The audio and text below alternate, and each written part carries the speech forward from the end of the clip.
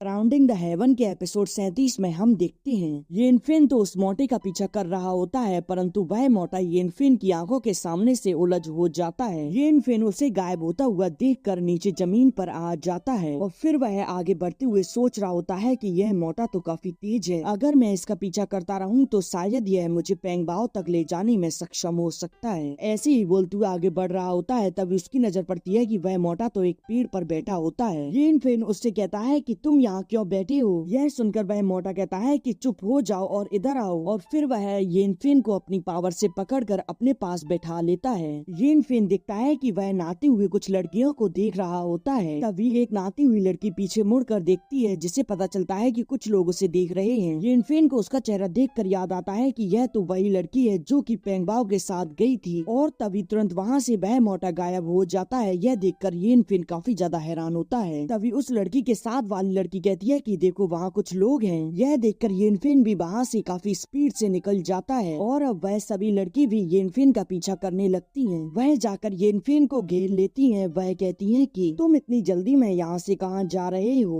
वह कहती है कि यह दाव पैटर्न तो काफी ज्यादा उत्कीर्ण है। वह उससे कहती है कि तुम अब यहाँ से नहीं जा सकते। महामहिम ने अभी तो एक शाही वेपन और डीवन हर्ट को पुनः प्राप्त किया है, तो फिर तुम यहाँ से कैसे जा सकती हो। और तभी वहाँ कुन याओ आ जाती है। उसे देखकर येनफिन कहता है कि यह बस एक गलत फहमी है, उस मोटे आदमी ने मुझे यहाँ फंसाया है, मुझे जाने दो, मेरा तुमसे कोई लेना देना नहीं है। कुन याओ कहती है कि तुम्हारा शरीर तो अद्वितीय है, मैंने तो तुम्हें काफी समय से नहीं देखा। यह सुनकर येनफिन कहता है कि क्या पेंगबो ठीक है। कुन याओ कहती है कि तुम अभी भी उसके बारे में सोच रहे हो, लगता है तुम उसे अभी भी अपना दोस्त मानते हो। येनफिन कहता है कि पेंगबो कहाँ है, और तभी वहाँ वही मोटू आ जाता है। वह कहता है कि क्या डियर फेरी आप इससे संतुष्ट हैं। येनफिन उसे देखकर कहता है कि अब फिर से तुमने मुझे धोखा दे दिया, परंतु वह मोटू तो उसे इग्नोर करते हुए कहता है कि क्या आप इसके शरीर का परीक्षण करना चाहती हैं। इस पर कुन याओ कहती है कि परीक्षण करने की कोई आवश्यकता नहीं। यह सुनकर वह मोटू कहता है कि तो फिर ठीक है, फिर हम सहमत हैं। कुन याओ इस पर उससे कहती है कि तुम ज्यादा परेशान मत हो, तुम निश्चित रहो, जो मैंने तुमसे वादा किया है मैं उससे नहीं तोड़ूंगी। अच्छा तो मोटू तुमने यहाँ भी मुझे बेचकर